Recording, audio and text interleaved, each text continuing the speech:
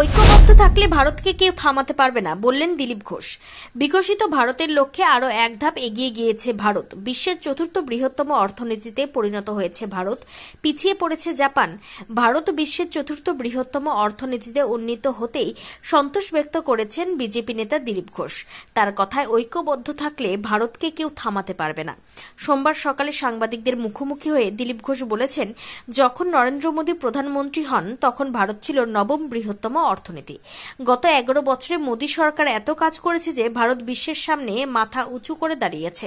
ভারত চতুর্থ বৃহত্তম অর্থনীতিতে পরিণত হয়েছে এবং শুধু তাই নয়, এখন আমরা কৌশলগতভাবে অত্যন্ত শক্তিশালী। পাকিস্তানকে কড়া জবাব দিয়ে আমরা আমাদের শক্তি দেখিয়েছি। আমরা আমাদের প্রতিরক্ষা বাহিনী থেকে শুরু করে আমাদের প্রযুক্তি এবং মোবাইল ফোন, সেই সাথে ইলেকট্রনিক উপকরণ পর্যন্ত অনেক বড় দেশকে ছাড়িয়ে গেছি। দিলীপ ঘোষ আরও বলেছেন, এখন দেশের শক্তি এবং সংকল্প বিশ্বের সামনে তুলে ধরা হচ্ছে।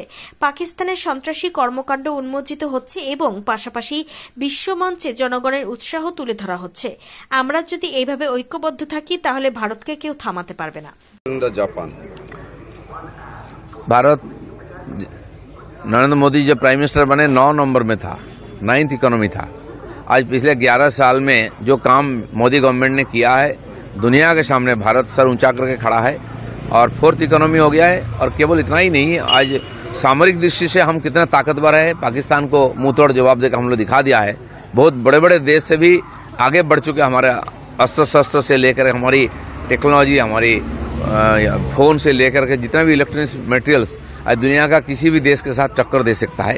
और इसलिए हम इकोनॉमिकली भी और बाकी दृष्टि से भी आगे बढ़ रहे हैं और सम्मान देश का बढ़ा है दुनिया में।